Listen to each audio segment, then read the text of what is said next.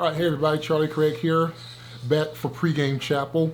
So today I'm talking about this topic of lifted hands, and it comes from Exodus chapter 17. It's a super interesting situation in the Old Testament where the Israelites are in the situation where they're having to fight the Amalekite army, and as the Israelites are going into battle and they're fighting, God tells Moses, who's leading the nation, God tells Moses, he says, go up on the hill, on this mountaintop above the army where the battle is happening, and in order for the Israelites to win as they're fighting, I want you to go up there and hold your staff in your hands above your head. Hold your hands up, your staff in your hands, and as long as your hands are up and your staff is in your hands above your head, then the Israelites will win. So they're in this situation,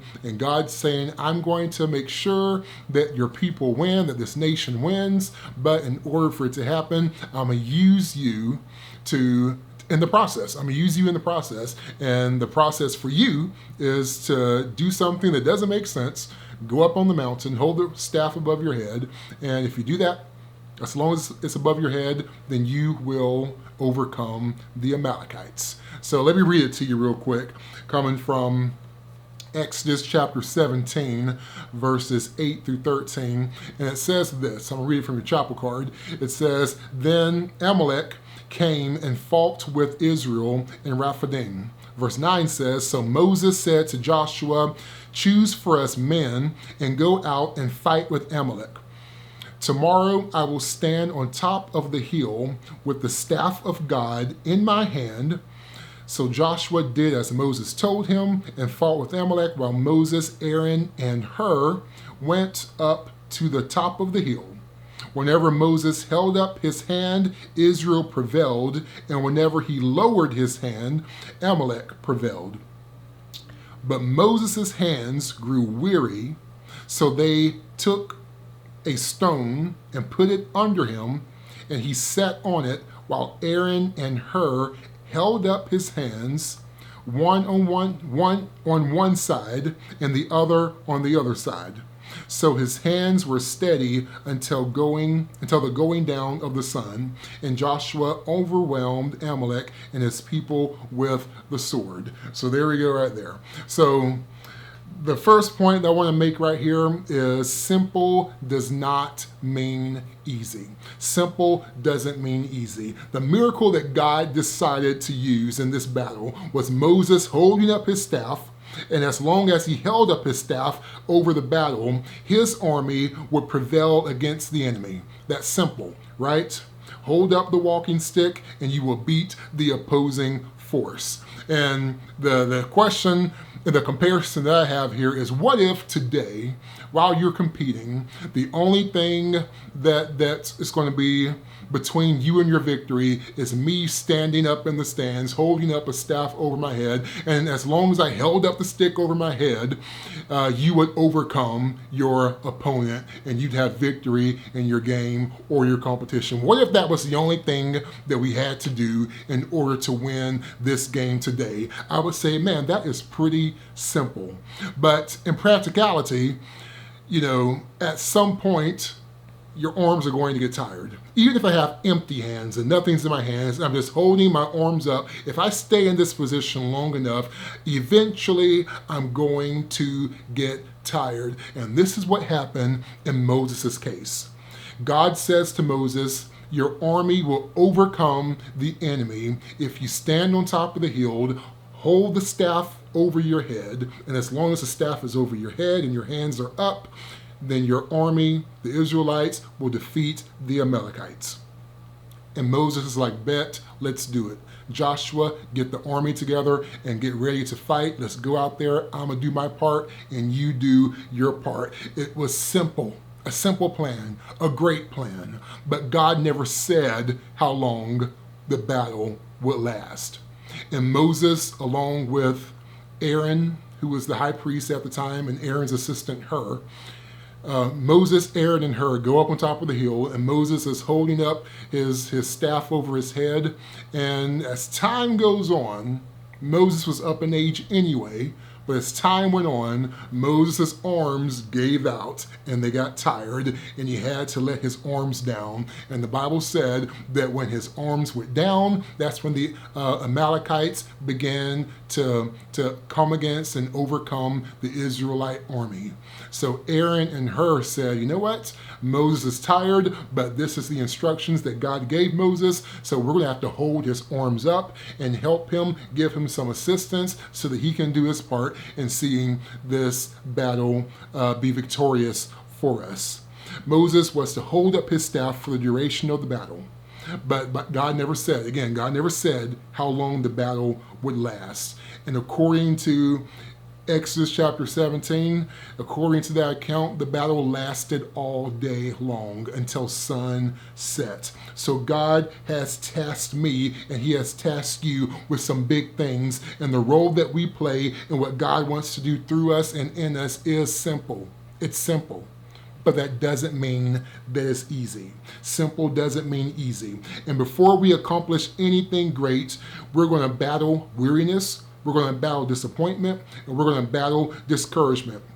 Surely Moses felt awful when he had to put his arms down. Surely Moses felt really bad when his arms gave out and his army began to lose, because what God told him to do was simple, but it wasn't an easy thing after all. All he had to do, he had one job. The only thing he had to do was hold his arms up, and it was as simple as that, but it wasn't easy. And the next point that I want to give right here is that victory requires support. Leaders need supporters supporting, and supporters need leaders supporting as well. Like victory requires support. Leaders need support. To this point, God used Moses to do incredible things. Like up to this point, like bringing the Israelites out of Egyptian slavery and all of that, God used Moses to do some incredible things and work some great miracles through Moses for the Israelites. Moses did incredible things, but he always had support. If you saw Moses, there was always Aaron there as support. Then eventually Joshua was there as well, supporting Moses. Moses did these awesome things, but he always had the support system of Aaron leading the priesthood and the spiritual side of things, and Joshua leading the army on the physical side of things. He had his support system, and the only way that Moses was successful in what he was doing was, yes, God was using him and working through him, but he also had people alongside him holding up his arms and helping him help the Israelite people get to the point that God destined for them to be. If you saw Moses, you saw Aaron, and you saw Joshua by his side. If Moses decided to take this role that God gave him during the battle and to do it alone, and to do it in isolation, then Moses would have tired out and the entire Israelite army would have been defeated, putting the entire nation at risk at that point. So no matter what your role is and no matter what your abilities are, you need support from the right people to accomplish what God has for you to accomplish. Nobody is good enough to fulfill their full potential on their own. We need God and we need the people of God. We need God and we need the people of God as well. Nobody is good enough to accomplish and to fulfill the destiny that God has for them to fulfill without the support of the right people in their lives. We can't operate in isolation. We're better together. Amen. What made Moses awesome was not only the great things that God did through him, but it was the great people that he surrounded himself with as well. Sustainability requires community. Sustainability requires community. In your role as a leader, you need supporters. In your role as a supporter, you need the support of leadership as well. Moses was the leader who supported Joshua as the general, and he supported Aaron as the high priest. Joshua led the army, who provided protection to Moses and to the whole nation. Aaron led the responsibilities of the tabernacle to please God, and in this moment, Aaron is keeping Moses from quitting. And the truth of the matter is that we need each other. Again, going back to that statement of we need God and we need the people of God.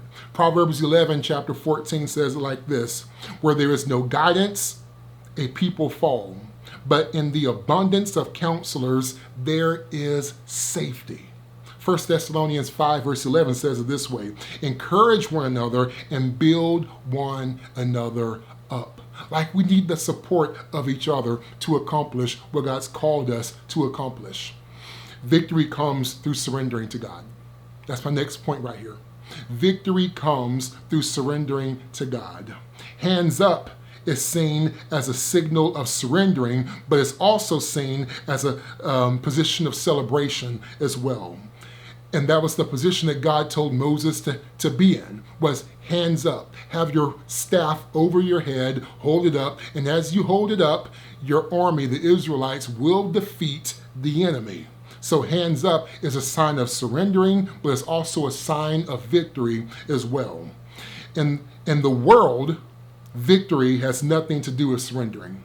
To God, our victory has everything to do with our surrenderance to Him. All right? To culture, victory has nothing to do with surrendering, but in the spiritual, to God, our victory is dependent upon our surrender to Him. I can decide to do life my way or to do life God's way. Doing things God's way doesn't usually make sense, and it's rarely easy, but the end result is everlasting life, and the end result is victory. God urges us to surrender our will for His will, not so that He can take something from us, but so that He can actually get something to us. Luke chapter 22, verse 42, it says this: Jesus is praying and He says, not my will, but yours be done. And in that situation, Jesus was going to endure the toughest battle known to mankind. And it was God's will for Him to do so. But on the other side of His crucifixion was His resurrecting power. And with no crucifixion, there would be no resurrection. So again, the principle is, like, our victory is dependent upon our surrenderance to God. Victory comes through surrendering to God. The same is true for us. If we refuse to endure, then we gain no endurance. If we refuse to fight, then we gain no strength. If we refuse to move past our comfort zone, then we will never know what true comfort actually is. If we refuse to surrender to God, then we won't gain the victory that we're promised through Jesus Christ. Proverbs 14, verse 12 says, there is a way that looks right to man, but the end thereof is death. There's a way that looks right to man, but that way that may look right in the natural, God says it actually ends in destruction. It ends in death. Moses is holding his staff up, and it has nothing to do with how the army fought in the natural. Moses standing on that hill holding his staff up had nothing to do with the skill set of the soldiers on the battlefield. But in the spiritual, it was an act of surrendering to God in order to have victory over the enemy. Your victory has a lot more to do with your surrendering than you know. If you want victory from God, then you have to embrace your surrenderance to God. And that's just the truth of the matter. Moses is doing two things at the same time. He's holding up his hands in surrenderance to God, and he's actually holding up his hands as a symbol of victory over the enemy as well. He's doing two things at the same time. He's surrendering to God, and he's having victory over the enemy. Can you do two things at once today? Can you do two things in your life today? Surrender to God and walk in victory over the enemy. Hands up is, hey, I'm surrendering to God, but I'm also having victory over the enemy. Hands up is defined as surrenderance, but it's also defined as victory as well. It's surrendering and it's celebrating as well. I surrender to God and I have victory over the enemy. Two things at the same time. So 3 things to do if you want to do this well. Number 1, embrace the truth that following Jesus is simple, but it's not easy. Following Jesus is simple, but it's not easy. Doing what God asks you to do may be simple, but it's rarely easy. Number 2, build a godly support system around you. Just like Moses did great things, but in order for him to do those great things, he needed God's power working through him, but he also needed the right people supporting him, having Joshua and having Aaron there as well. And in this situation of holding his hands up so that the army of the Israelites received the victory, in that situation, he needed people around him as well.